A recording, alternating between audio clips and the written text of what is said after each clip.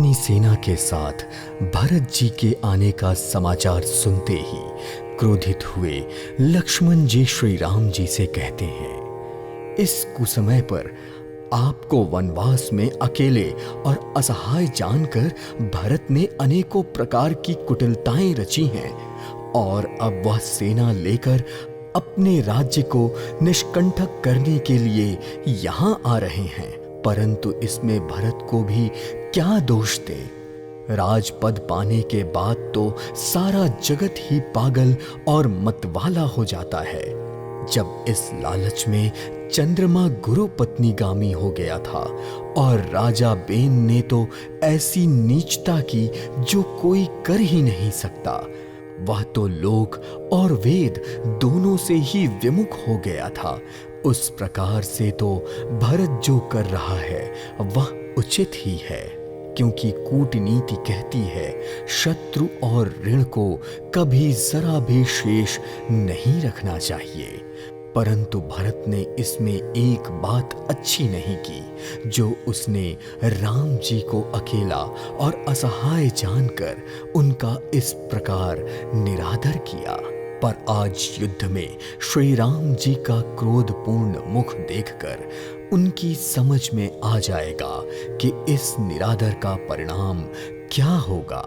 इतना कहते ही लक्ष्मण जी ने प्रभु श्री रामचंद्र जी के चरणों की वंदना करते हुए उनकी चरण रज अपने सर पर रखी और बोले, हे नाथ, मेरे कथन को किसी भी प्रकार से अनुचित ना समझिएगा। भरत के ऐसे दुस्साहस भरे कदम को आखिर कहां तक सहा जा सकता है? क्षत्रिय जाति और रघुकुल में जन्म लेने के साथ साथ मैं आपका सेवक भी हूं। इतना कहकर लक्ष्मण जी उठ खड़े हुए और हाथ जोड़कर श्री राम जी से आज्ञा मांगी और आज्ञा मिलते ही सिर पर जटा बांधकर उन्होंने कमर में तरकस कस लिया और धनुष तथा बाण को हाथ में लेकर कहा, आज मैं आपके सेवक होने का यश प्राप्त करूंगा और भरत को सबक सिखाऊंगा।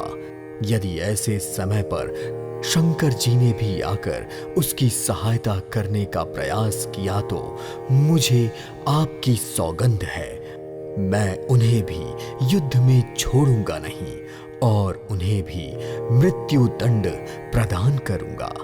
लक्ष्मण जी को क्रोध में तमतमाया हुआ देखकर सभी लोग भयभीत हो गए। तभी लक्ष्मण जी के बाहुबल की प्रशंसा करती हुई एक आकाशवाणी हुई, हे तात, तुम्हारे जैसा प्रतापी का बखान कोई भी नहीं कर सकता। परंतु वेद कहते हैं, जो लोग बिना विचार किए जल्दबाजी में किसी काम को करते हैं वह निश्चित ही बाद में पछताते हैं और उन्हें कोई भी बुद्धिमान नहीं कहता। देववाणी सुनकर लक्ष्मण जी सोच में पड़ गए। तभी श्री राम जी और सीता जी ने बड़े आदर के साथ लक्ष्मण जी से कहा, हे तात सुनो, भरत जैसा उत्तम पुरुष ब्रह्मा की सृष्टि में ना तो आज तक कहीं देखा गया है और ना ही कहीं सुना गया है। अयोध्या के राजा की तो बात ही छोड़ दो, ब्रह्मा विष्णु और महेश का पद पाकर भी भरत को राज्य का मद नहीं हो सकता। मैं तुम्हारी और पिता की सौगंध खाकर विश्वास के साथ कहता हूं, भरत के समान पवित्र और उत्तम भाई संसार में नहीं है।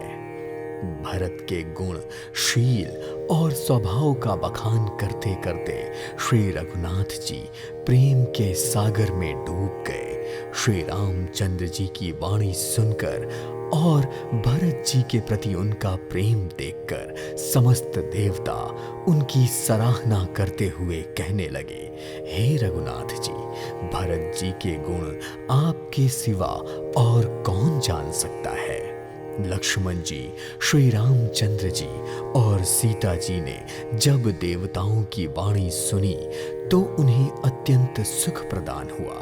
उधर भरत जी ने सारे समाज के साथ पवित्र मंदाकिनी नदी में स्नान किया और फिर सबको नदी के समीप ठहराकर निषाद राज और शत्रुघ्न को साथ लेकर वहां जाने के लिए चल दिए, जहां सीता जी और श्री रघुनाथ जी का निवास स्थान था।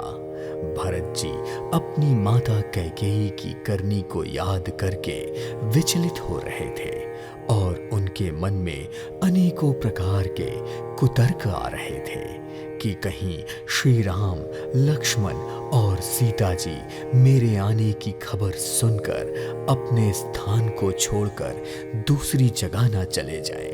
पर अब चाहे कुछ भी हो जाए, मैं उन्हें कहीं जाने नहीं दूंगा और मुझे इस बात पर विश्वास है कि श्री राम जी मेरे पापों और अवगुणों को क्षमा करके मुझे अपना लेंगे, क्योंकि मेरे लिए तो श्री रामचंद्र जी की ज्योतियां ही मेरी शरण है।